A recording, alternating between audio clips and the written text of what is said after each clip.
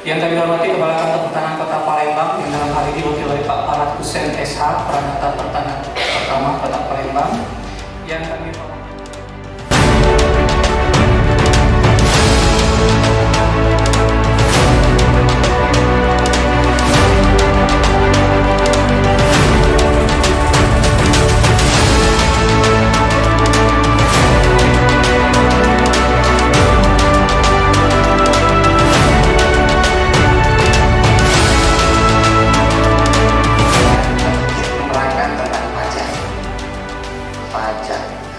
pajak ini ada dua, Pak.